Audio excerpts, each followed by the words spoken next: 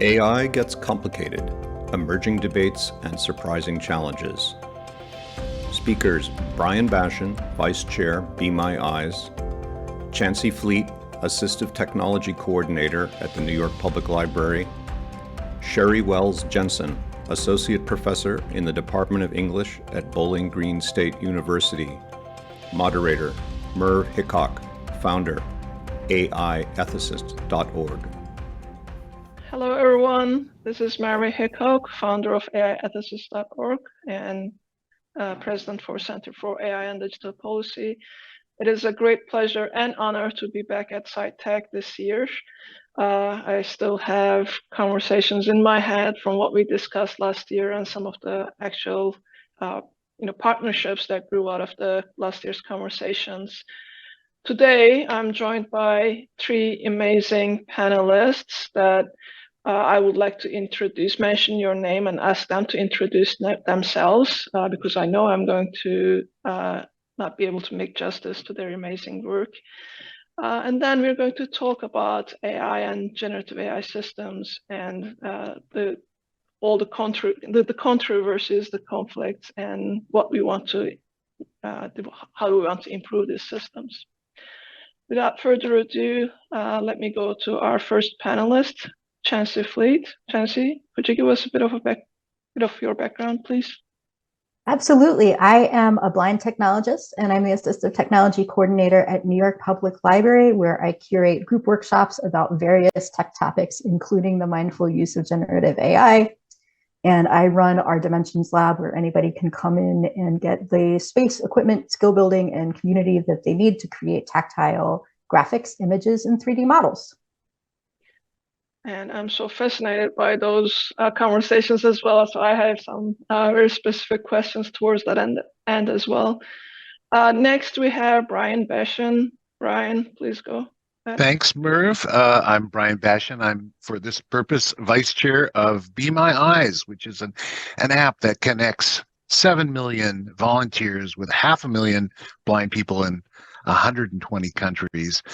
6 months ago, we married AI to that, and now blind people have the chance to use that, snap pictures, get descriptions, and it has entered us into a very interesting world that we'll talk about shortly. Looking forward to it. And last but not least, Dr. Sherry Wells Jensen. Hi, thank you so much. I'm so glad to be here. I am a blind associate professor of linguistics at Bowling Green State University in Ohio.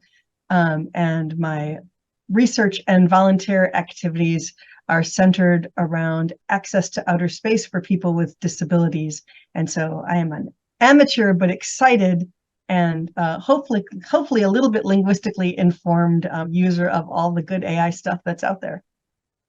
Which is becoming more and more important conversations in the world of generative AI systems and large language models as well. Thank you for making me part of this conversation. I really look forward to the insights. Without further ado, let me do a quick introduction of set the stage for our session, for our audience.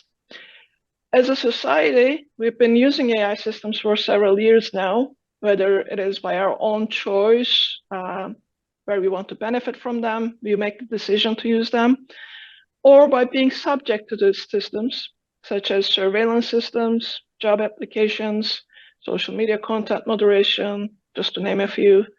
We experience the implications of these systems, both benefits and negative consequences. Generative AI systems, such as ChatGPT, DALL-E, Midjourney, etc., bring a next wave of challenges and opportunities where this technology can be used both in the public as well as private sphere. Our emphasis in this short time we have today is on specific real-world applications and the twists and turns. AI frontiers are varied, dynamic, and very much open to the influence of the community. And if we as a community understand what's happening, learn to identify and articulate interests, the community's interest at that, and shape the outcomes in whatever forms, that is our way to shape our future and how we benefit from these systems as well.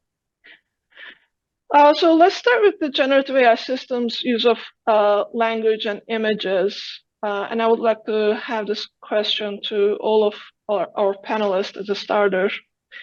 AI-powered language systems, whether we use it in speech recognition, voice assistants, content moderation, etc., or translation systems, we're already suffering from omission or underrepresentation of languages.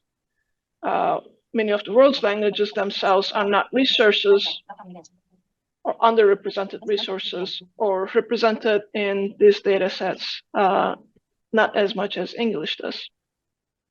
So my question to all of our panelists, and feel free to start as you wish. Maybe I start with Chance first.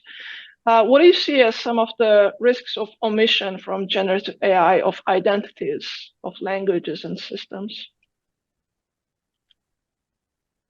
We already live on a planet where English is super dominant, and that has impacts for people who are attempting to engage with literature, to scholars and students who need to communicate in English because English is so dominant in those spaces.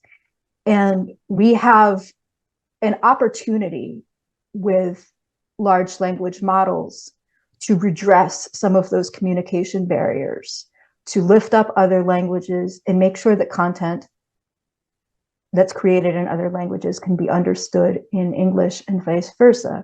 It's possible to build a bridge, but it's also possible to build a moat, because what we get out of these systems is what we put in. And if we don't put in the corpus of training data that is available from other languages, then the dominance of English is just going to be replicated, and the existing power imbalances are just going to play out again in the same old way in this new context.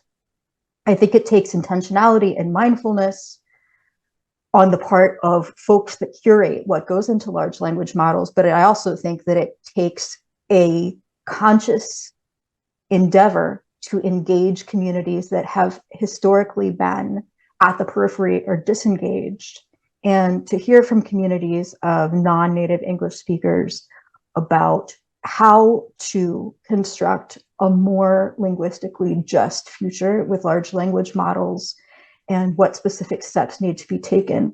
We need to be listening to the voices of people who aren't represented in virtual rooms like this one. Thanks so much for that, Chancey. Dr. Sher, please go ahead. Yeah, sorry. I was just going to throw in putting my linguist hat on here. So we've got 7,000 languages spoken on Earth today, which is less than we used to have. It's sort of hard to track back and know how many languages there were 1,000 years ago, but that's what we've got now. But we do recognize the trend that languages are literally dying quickly. So we've got 7,000 languages spoken now. If we continue the way we're continuing, if the curve keeps going the way the curve is going, we will lose 90% of those languages within the next century. The conservative estimate is that we will lose 50% of them, but most linguists go with 90%. So we're about to go from 7,000 languages to 700 languages.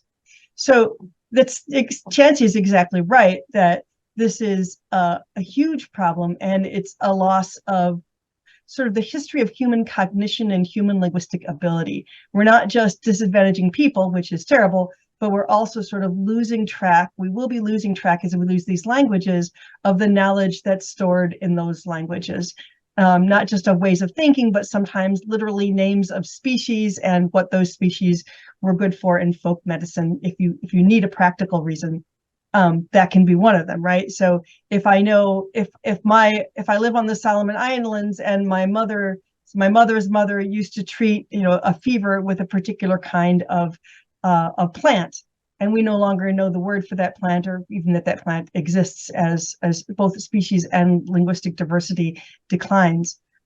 That's a measurable, tangible loss for humankind. We'll also lose the ideas of what the human mind can do and how the human mind can link language and thought as we lose more linguistic diversity.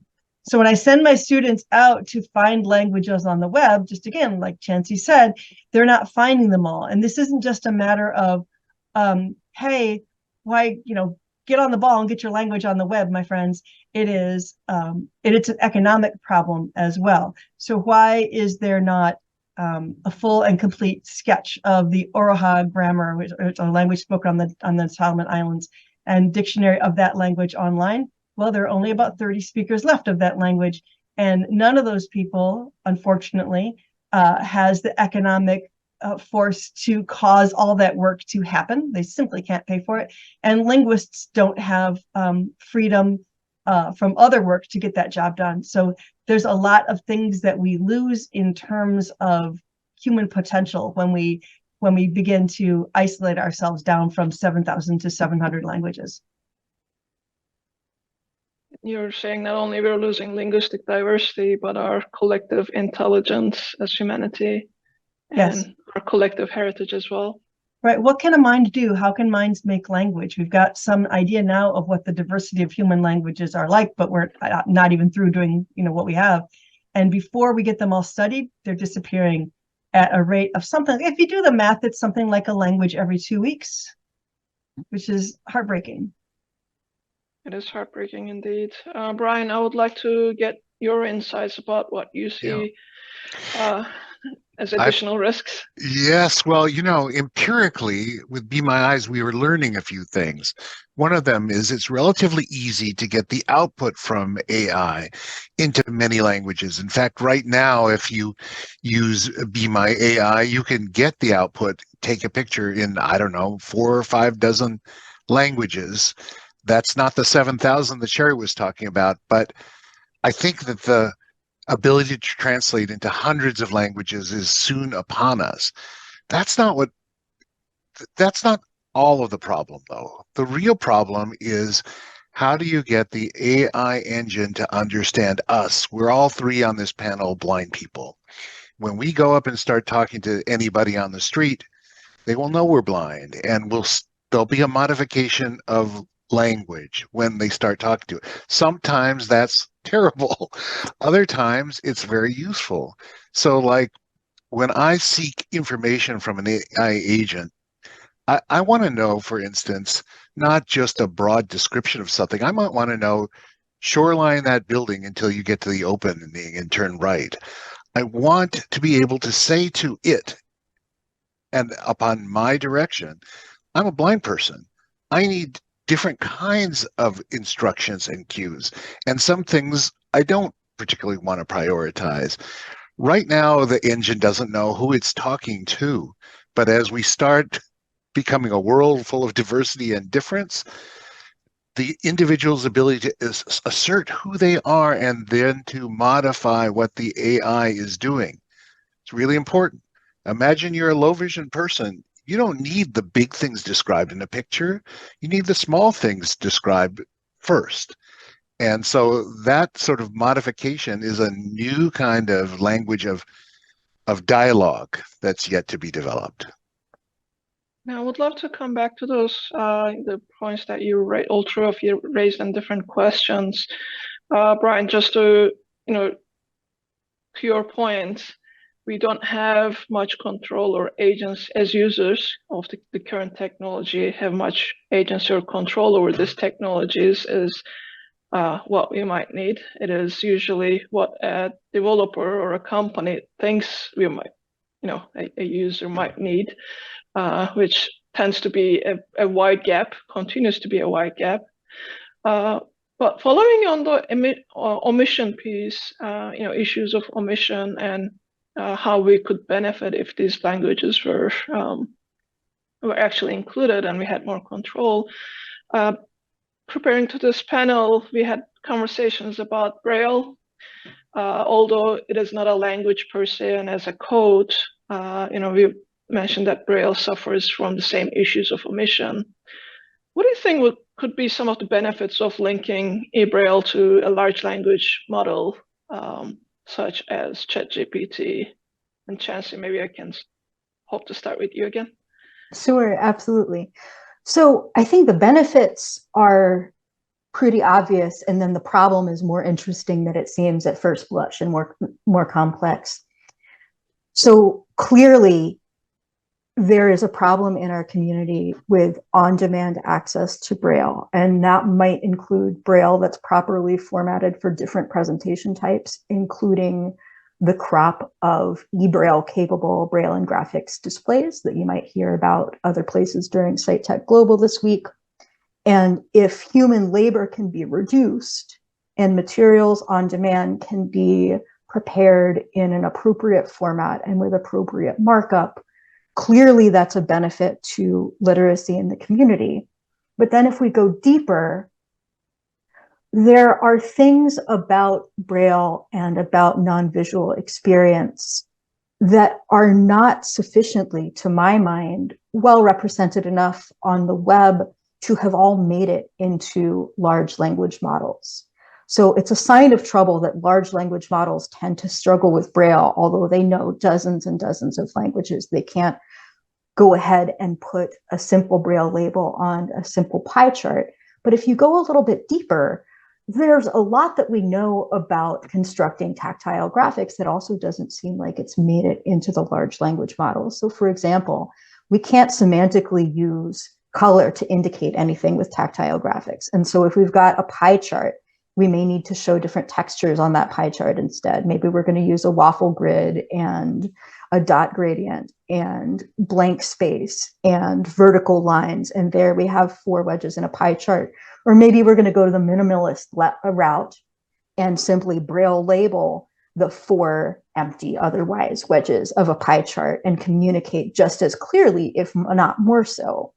So for large language models to be of maximal benefit to us, we need them to understand what is aesthetically pleasing, semantically appropriate, and legible from the standpoint of a tactile graphics user.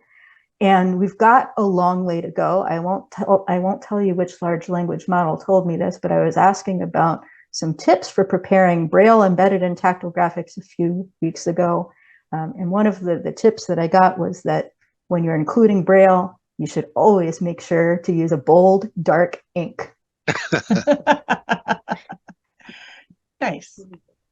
There you go. We have the recommendation, and I'll share with you later after this panel. I was playing around with Bing ahead of this panel this morning, and a bit concerning representations when I asked about how a blind person uses generative AI systems, and the response I got was a white guy wearing black glasses touching the monitor screen with a cane.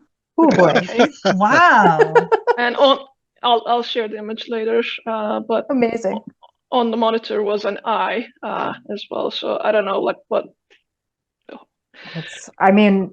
logic behind it is, but the LLM does seem to have a really firm grasp on the fears and stereotypes that people who are sighted have deep in their hearts.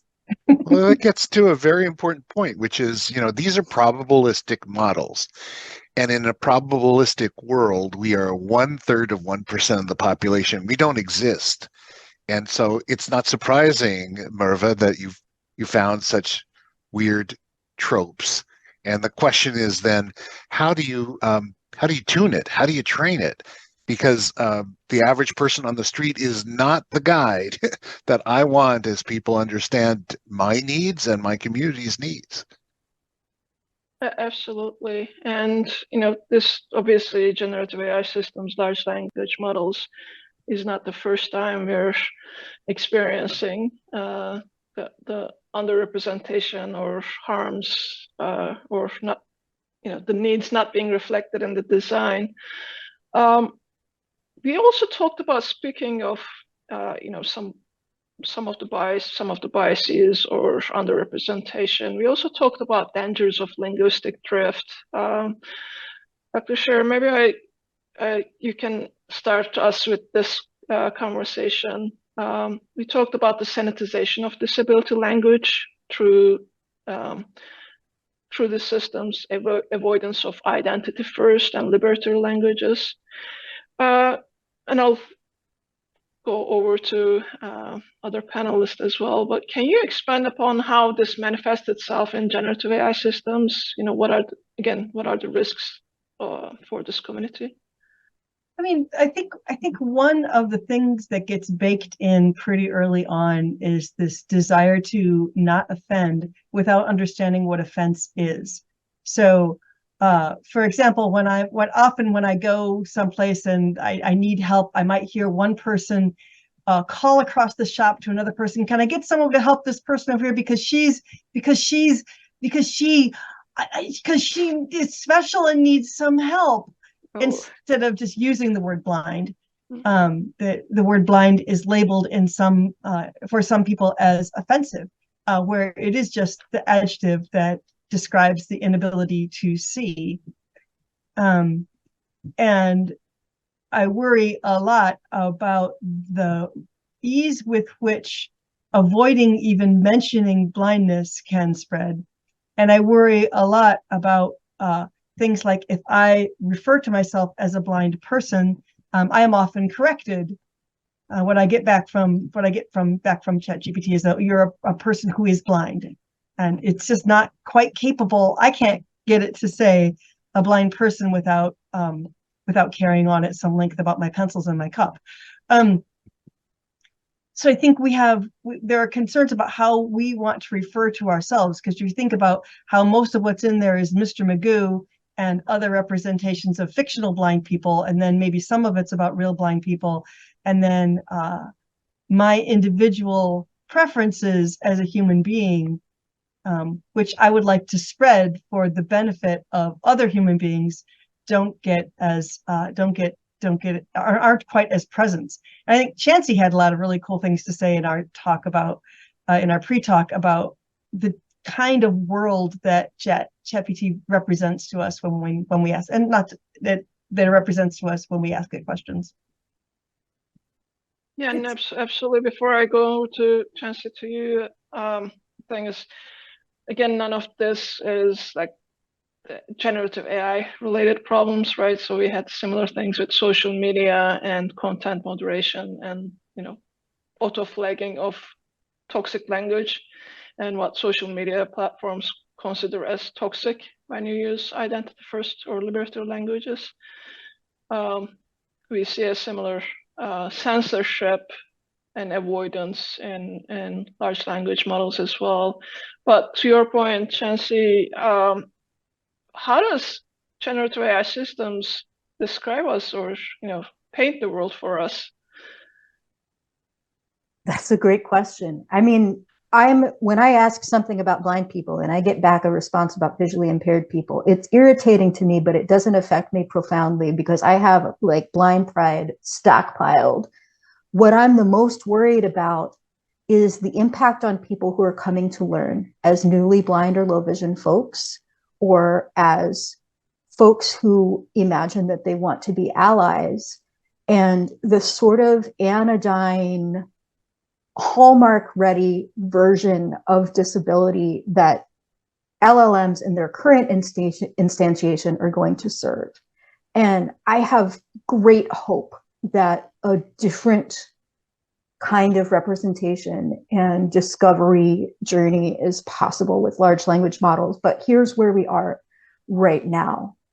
I'm very unlikely to be offered the term blind to use. I'm very likely to be offered the term low vision or visually impaired. I will be offered person first language. I will be offered sometimes solid enough information about how a blind person would go about something non-visually, but I'm unlikely to discover anything truly radical. I'm unlikely to be served, for instance, the reasons why we have a widespread Braille literacy and image literacy crisis and a tactile graphics gap, because current LLMs don't have the depth of understanding about power imbalances and systemic inequities and how those don't square up with our inherent aptitudes. There is some wisdom in the community that to my mind barely makes it online and often doesn't make it into the training data. So I am concerned that our representation in large language models, while not overtly offensive, is going to be sort of mediocritized, sanitized, and diluted to a point that very seldom does someone who comes looking for information within a conversation with a large language model come away with a call to action or a liberatory idea of what's possible for our community. And that, I think, needs fixing. And on that, thank you so much for that. And I want to kind of shift the technology itself, but maybe continue with the same question with Brian. If we took, instead of large language models or just large language models, and focus on facial description technology, for example, are the descriptions that we get what a blind user might want or needs using a facial description technology, or is that also predefined for the users? Well, speaking for the universe of blind people, I can just maybe say that more is better. I want lots of description. I want the same ability to understand the physical appearance of people that a sighted person standing in the room has. Now, of course, we're in the middle of a legal battle about identification, but the description is something we want. Fraught with that is the dangers of bias, how you describe, what you describe. And guess what? We live in a country that there's no consensus on that, no consensus of what's PC. You know, you move to another state and it's entirely different expectations. Same in disability. So what I'm thinking about in the future is, okay, it's great that in these first few months since March 14th, we've had access to these models and that they can do what they do. Now we got to think about the interface of the future, which should bend to the desires of the individual. You know, just in some early access technology, you could say, oh, I want this described as in feet or in meters or in clock face for directions or whatever it is.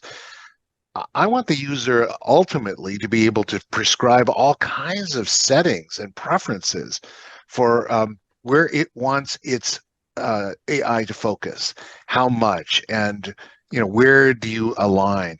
This is all inchoate right now, but it's going to be how I think everybody interfaces with AI technology, because nobody wants to live in that 1950s Walt Disney world where everything is boring and perfect and the descriptors that add beauty to the universe are not there. So that's the future, I think.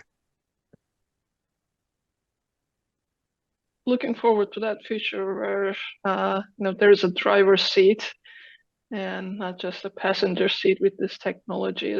I'm mindful of our time. I want to ask one question, again, focusing on facial recognition, but keeping it as a broader question, and go to all three of you very shortly.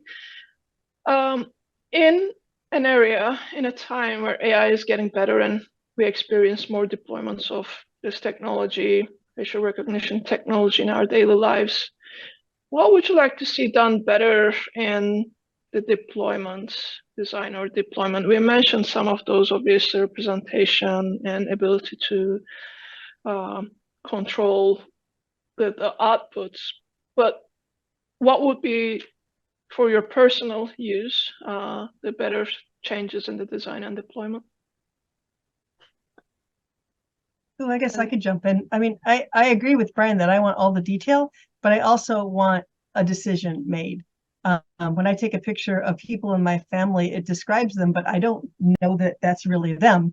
It will just say, it will describe them, but I think, well, I don't know what that means. And it describes me. It can't use enough specificity so that I recognize even a picture of myself. It has to tell me, and it has to tell me with some degree of what its probability rating is. because that's what sighted people get, right? They get, oh, I think that was, my neighbor on the street, but I'm not 100% sure. So it'd be nice if I could get a judgment, but then I think it's essential that that judgment be coupled with some kind of, what is my fudge factor? How sure was I? Because again, that's what sighted people get. And that's what's useful is yeah, I think that's what it is. And how sure are you? Thank you for that. Chancey, what about you? Speaking frankly, I am curious about facial recognition and am delighted by it in instances when it's been available. Perhaps I notice an actor in a meme. Great, I've enjoyed myself. It is way down my list of priorities. I would prefer to have facial description. For example, for self-description, somebody took a photo of me. Am I going to, quote unquote, decide that I like it? Facial description helps me in that way.